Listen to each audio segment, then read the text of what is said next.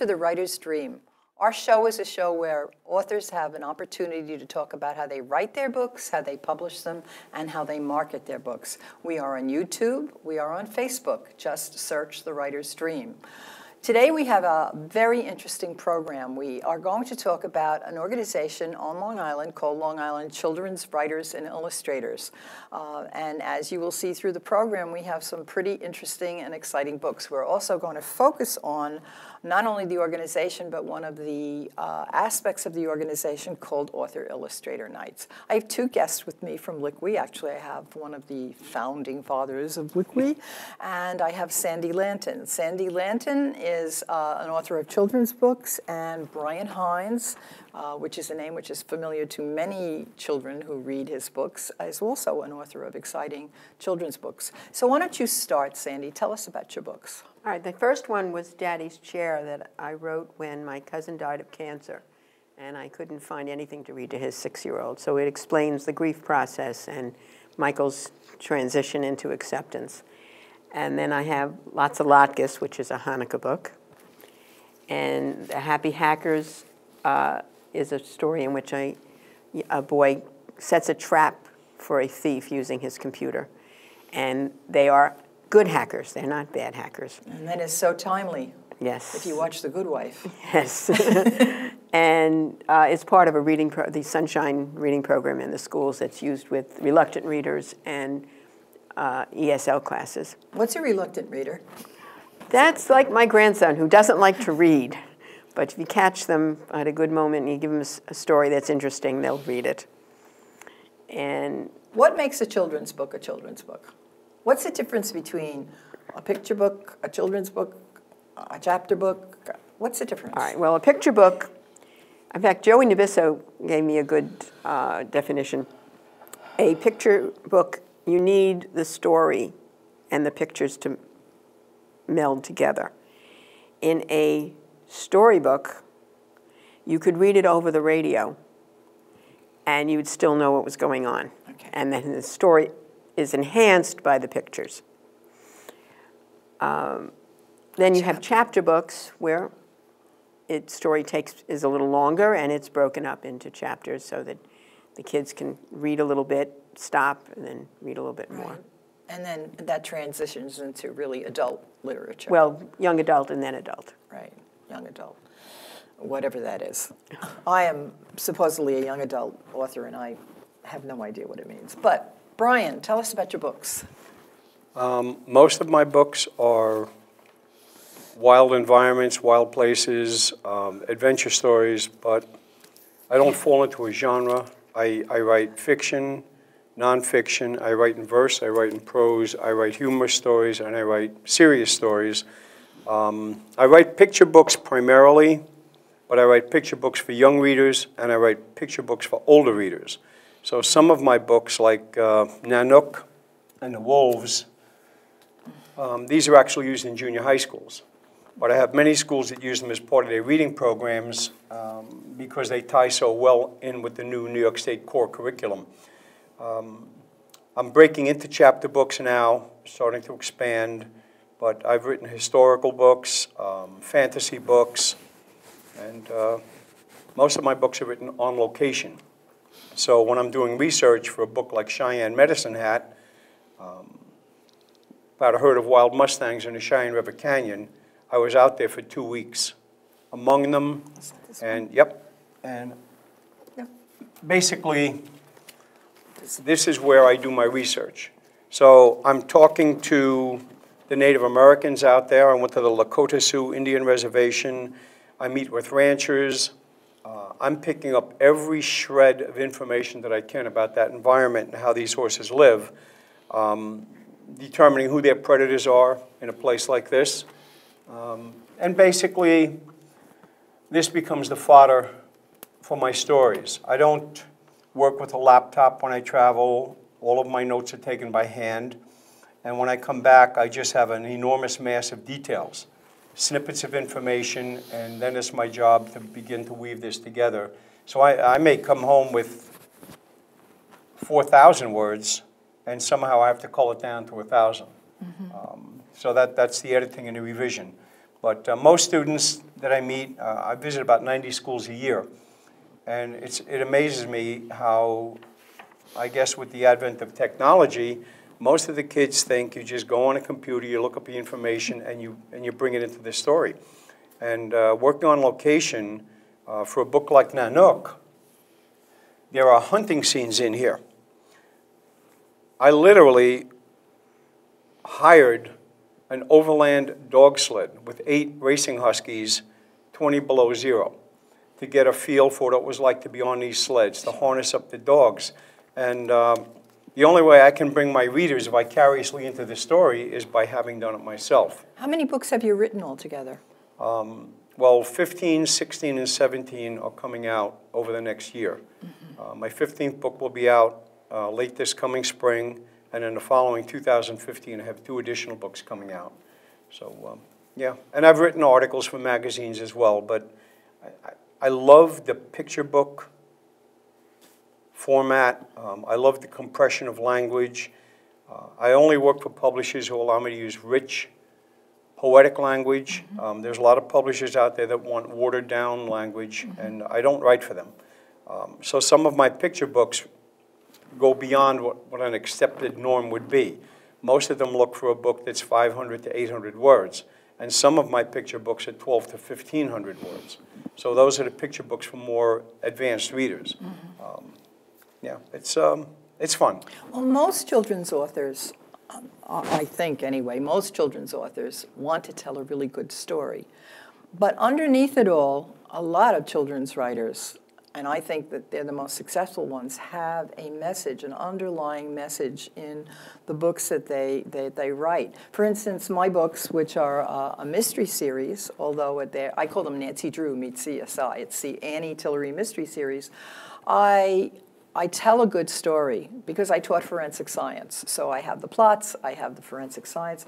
But my heroine, I am trying to create a girl who is, girls who read the books will like and will say to themselves, if she can do it, I can do it. I'm trying to build a strong female role model for girls to look at and to be inspired by. That's my underlying message. I have so much fun writing the books because I like you, write about what I know. Right. And both of my first 2 books, there's one coming out, I always go to where first of all, the first one was Fire Island, so that wasn't a stretch. Right. And the other one takes place in Brooklyn, that wasn't a stretch. The third one is Turkey, but I went to Turkey and I investigated all of those aspects. That's what you have to do. Sandy, what's your message? Well, still a family. It's not your fault, and B, life goes on. You can live with a mommy house and a daddy house, and in most cases, it's a lot better than living in a house with 2 parents that fight all the time. And I wrote that when my daughter got divorced and I couldn't find anything to read to her preschoolers. Everything was written for older kids. And in Daddy's Chair, it's, again, life goes on. You have to deal with it. You have to go through the grief process and get to acceptance. With Happy Hackers, it's kind of, you can use technology, but you've got to use it in a good way. And with Lots of Latkes, it doesn't matter what we have to eat and drink. We're together to celebrate the holiday. So it's family values, basically. Yeah. And core values that you have, honesty and just being strong. And The Littlest Levine will be coming out in the spring, and that's a Passover book about a little girl who's too small for everything, for every holiday. But Grandpa keeps reassuring her that her holiday will come, and sure enough, guess who gets to ask the 4 questions? So that's great. So let's talk about, I think, Brian, I don't want to pass over you, but I think the message from your books basically is the environment, isn't it? I was a school teacher for 28 years. I taught science and language arts. I'm a member of the New York State Science Teachers Association and the New York State Outdoor Education Association. I've spoken at both of their conferences. So there's a big part of me that wants young kids to become caretakers. So a lot of my books reflect the majesty of the natural world. So when they're reading a book about wolves, It's not simply a pack of wolves on a hunt. I want them to experience the majesty, the camaraderie, the familial relationships within wolves, but without being preachy. It's an implied message that when they finish the book, there's a sense of satisfaction, and they realize what an incredible planet this is, and maybe this will nurture them or plant some seeds to take a look at the environment a little bit differently, especially in light of the way our society is going today. But some of my books are pure entertainment, and other books, I know Sandy was talking about, you know, children's perceptions. Kayuktuk is a coming-of-age tale set up on the Arctic tundra, and this is all decision-making. A lot of Native American peoples don't make it easy for their youngsters. They'll give them guidance, but basically they have to go out and prove themselves, and that's what Kayuktuk is all about. And it doesn't matter what society you're in, everybody has a coming-of-age story. That's true. So I think the three of us really are sending the same message, that there's something inside you that you have to find that enables you to cope with the world and soldier on. Okay, so let's talk about Liquid. How did Liquid come about? Well, I think that's Brian's. Long Island children's writers and illustrators. a wonderful writer named Bijou Latour lived in Sag Harbor, and she opened up her house for a double weekend for a class on children's writing. And I was just dabbling at that time, but I signed up, and there were 8 of us. And at the end of that course, Bijou thought it would be good to have a little writers group get together and start going. So we went from 8 to 10 to 12, and Bijou kind of kicked it off and then let go. And thank goodness we all found a lot of camaraderie in each other. We were passionate about writing, and we began meeting weekly, sometimes at people's homes, and then monthly at either libraries. Right now we're using St. Joseph's College, but we began bringing more and more people in. People would be hearing about us, and we are one of the few professional writers groups on Long Island that actually accept unpublished members. Many writers groups, you need to be published to become a member. We invite everybody in, and basically our mission statement sums it up. It's to create a nurturing and collegial environment where we will critique and enhance the writing craft and the illustrative craft to bring out the best possible children's books, literary strength for young readers. And that's what we've been doing for many, many years now. I think we, what are you, 70, 80 members now? Something like that. It's huge. It's big. I know. I go to the meetings, and we're in a huge room, and it's a lot of people. What do you think is the greatest challenge, Sandy, now? You've been in it long enough to see the transition. What do you think is the greatest challenge? I think helping people to realize that you just don't dash something off, that it's a process, that writing is rewriting. And I even said at the meeting on Saturday that somebody was complaining, oh God, this is my 3rd draft and it's not done yet. And I said, I just sent out a story last week that was on the 17th draft. And if I get comments from the editor, there'll be an 18th and a 19th and maybe a 20th. So I think that's something the kids don't understand. They think you just sit down in front of a computer and type up what's in your head. That's how life is in the modern world, is that you text, right. You Instant email. gratification. It's that just sending out whatever falls out of your thought box. With my school visits, I do not only visiting author assemblies, but I do writers' workshops with younger readers, and I do advanced writers' workshops. I also do staff development. And very often, part of that workshop is revision and editing. And even in my assembly, I'll show the students some of my rough drafts, and they're just an absolute mess of scribble and wrinkle, and they just have this impression that you're a professional writer, you sit down, you write the story, and you're done. And my newest book coming out in the spring about an incredible sperm whale, this is nonfiction, 13 rewrites. But that's because it started out at 4,300 words, and I had to get it down to 1,200.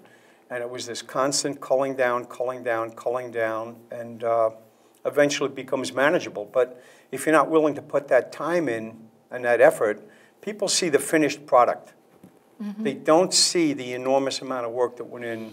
And this is long after I've already done my research and done my traveling. Right. It's, right. You know, a children's book can take somebody a year. Oh, easily a year. The book that I'm working on now is, and I'm like in the final editing stages, was 2 years. It was the travel, the note-taking, the research, and then I write on yellow pads. I don't write at the computer. I cannot write, I cannot create at the computer. I can type and I can edit, but I have to yellow pads. Yeah. I will have 1 or 2 drafts before I go to the computer.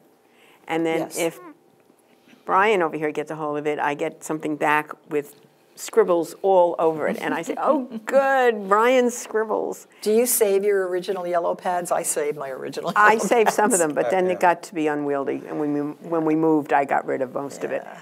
But the last few years, I always save his because they are invaluable. Well, now you can scan them in, put them in folders.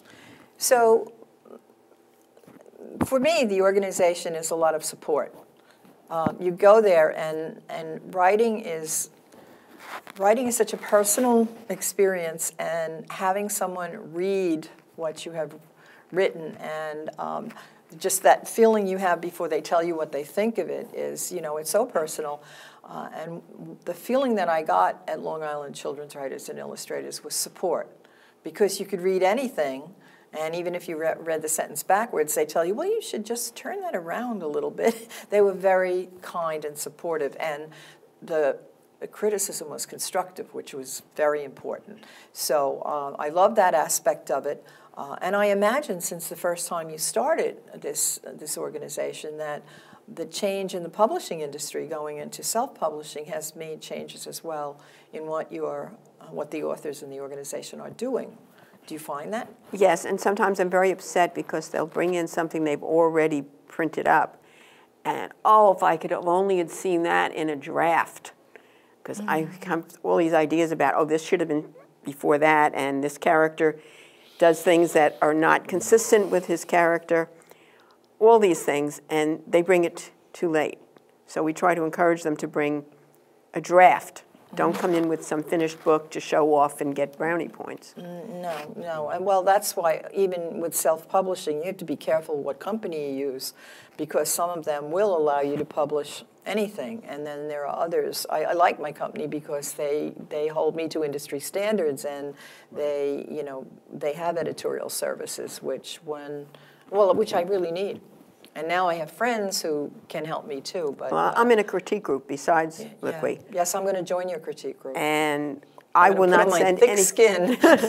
No, I think we're pretty right on. We don't hit below the belt, but we meet and we critique the manuscripts, and usually and the people will find things that I didn't see. Oh, I know. I think I will not send something out unless the group has heard it. And then I'll bring it to Liqui. Yeah. Well, that's so supportive. So what other services? Well, author nights, which I think are... Author Illustrator nights. Funny you should mention that. How did that get started? Brian again. It was his baby. I know Brian. It was Southampton Elementary School many years ago, the PTA. One of the presidents or officers had this idea to bring together a group of authors in person to bring to the school. Was that Tuckahoe Road School? It's Pine Street. Okay, different. Yeah, I know. We've done author nights at Tuckahoe also, but the first one was at Pine Street, and they did it up big. There were only about 18 to 24 of us, but they brought everybody to a beautiful sit-down dinner at the Post House restaurant, or Coach House, maybe it was, in Southampton. No, I think it's It was the Post House a long time ago. So. Yeah. And then we would go to the school and sit down at tables, and parents and students would come in and meet everybody face to face.